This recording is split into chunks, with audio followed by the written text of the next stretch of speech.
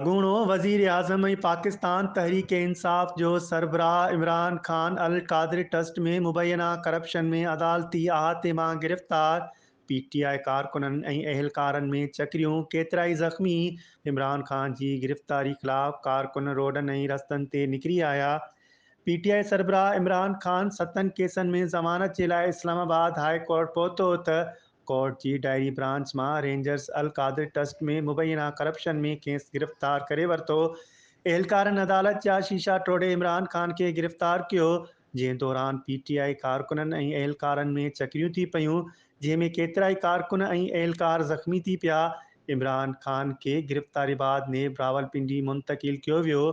नेब पंहिंजी पधिराई में चयो आहे त इमरान ख़ान खे करप्शन ऐं करप्ट प्रैक्टिस में मुलविस हुजण जे इल्ज़ाम में गिरफ़्तार कयो वियो आहे।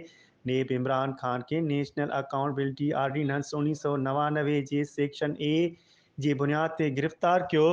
नेब 34 ए 18 ए 24 ए तहत कार्रवाई अमल में आणींदे इमरान ख़ान खे गिरफ़्तार कयो। इमरान ख़ान जी गिरफ़्तारी जा वारंट पहिरीं मई ते जारी थिया हुआ, पर खेसि अॼु गिरफ़्तार कयो वियो।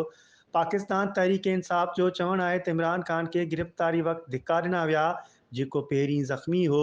पीटीआई चेयरमैन जे वकील बैरिस्टर गौहर दावा कई आहे त गिरफ़्तारी वक़्तु रेंजर्स इमरान ख़ान जे मथे ऐं जंग मथां तशदुद कयो हुयो। उन हवाले सां घरू वज़ीर राणा सनाउल्लाह जो चवणु आहे त इमरान ख़ान ते कंहिं क़िस्म जो तशदुद न कयो वियो। गिरफ़्तारी खां पोइ इमरान ख़ान जो तिबी मुआइनो कयो वियो ऐं संदसि ॿिए तिबी मुआइने लाइ मेडिकल बोर्ड जोड़ियो वियो आहे। इमरान ख़ान जी गिरफ़्तारी खां पोइ पीटीआई सियासी मामला हलाइण लाइ हंगामी कमेटी जोड़े छॾी आहे।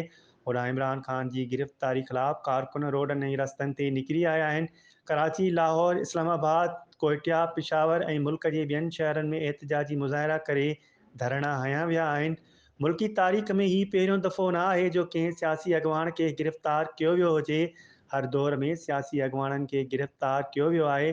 ख़ुदि इमरान ख़ान जे दौर में मुख़्तलिफ़ सियासी पार्टियुनि जे अॻवाननि खे गिरफ़्तार कयो वियो हो ऐं उन्हनि पाण मथां लॻायल इल्ज़ामनि खे मुंहुं ॾिनो। हाणे ॾिसणो उहो आहे त इमरान ख़ान पाण मथां लॻायल करप्शन जे इल्ज़ाम खे कहिड़ी रीति मुंहुं ॾिए थो।